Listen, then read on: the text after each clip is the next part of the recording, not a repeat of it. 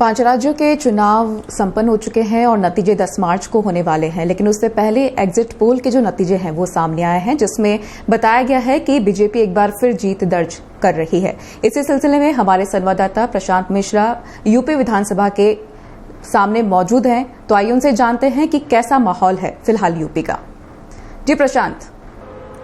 10 तारीख को उत्तर प्रदेश को अपनी नई सरकार मिल जाएगी। बताते चलें, एग्जिट पोल जो अब तक सामने आए हैं उससे उत्तर प्रदेश में भारतीय जनता पार्टी की एक बार फिर से सरकार बन रही है। बताते चलें, एग्जिट पोल ये दिखा रहे हैं कि उत्तर प्रदेश में भारतीय जनता पार्टी 220 से अधिक सीटें जीत रही है।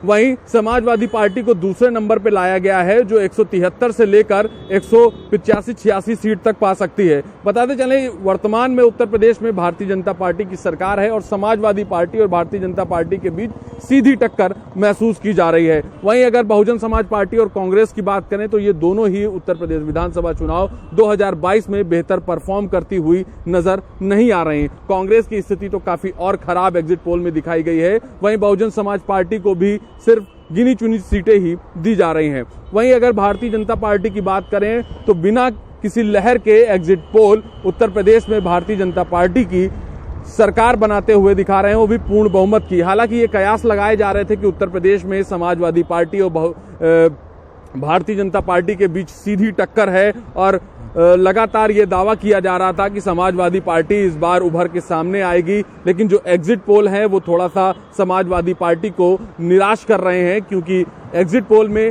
कई एग्जिट पोल में ये दिखाया गया है कि भारतीय जनता पार्टी उत्तर प्रदेश में पूर्ण बहुमत की सरकार बना रही है। वहीं अगर राजनीतिक मुद्दों की बात करें तो उत्तर प्रदेश में चुनाव के पहले कई मुद्दे हावी रहे थे।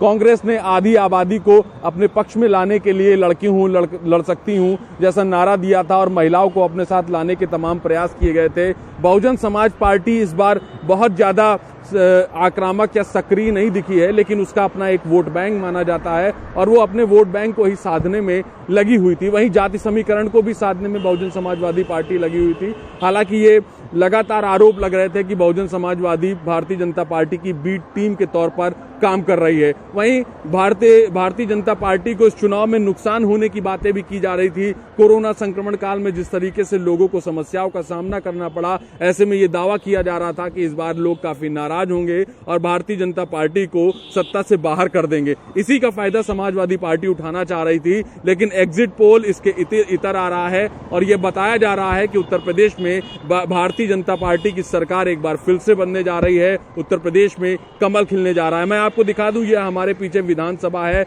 जब 10 तारीख को मतगणना शुरू होगी और रुझान आना शुरू होंगे, उसके बाद जब नई सरकार बन जाएगी तो यहीं पर हमारे विधायक बैठेंगे और उत्तर प्रदेश की जनता के भाग्य का फैसला किया जाएगा, नियम कानून बनेंगे और सरकार को चलाया जाएगा। अगर जो एग्जिट पोल आए हैं, अगर ऐसा ही होता है तो उत्तर प्रदेश में भारतीय जनता पार्टी की पूर्ण बहुमत की सरकार बनती है। हालांकि उत्तर प्रदेश में योगी आदित्यनाथ जो वर्तमान में मुख्यमंत्री, उनके चेहरे पर ही चुनाव लड़ा गया है, लेकिन एक ये भी समीकरण देखने वाला होता है कि दोबारा से भारतीय जनता पार्टी योगी आदित्यनाथ को ही मुख्यमंत्री बनाती है या फिर कोई दूसरा चेहरा मुख्यमंत्री के तौर पे होता है। लेकिन अभी रिजल्ट नहीं आए हैं, ये सिर्फ रुझानों के आधार पर कयास लगाए जा रहे हैं। जो एग्जिट पोल है उसके आधार पर कयास लगाए जा रहे हैं। फाइनल नतीजे जो है 10 तारीख को देखने को मिलेंगे, जब ईवीएम से रुझान आना शुरू हो जाएगा। रुझान आने के बाद ही पता चलेगा कि भारतीय जनता पार्टी किस स्थान पे है, समाजवादी पार्टी की क्या स्थिति है, वही बहुजन समाज पार्टी की क्या स्थिति रही है। कांग्रेस और आप भी इस बार मैदान में है, दोनों पार्टियों की क्या स्थिति रहेगी ये 10 तारीख को मतगणना के बाद ही सामने आ पाएगा। जी प्रशांत, 10 मार्च को नतीजे आ जाएंगे और यूपी का क्या भविष्य होगा ये कुछ सामने आ जाएगा। फिलहाल तमाम जानकारियों के लिए बहुत बहुत धन्यवाद।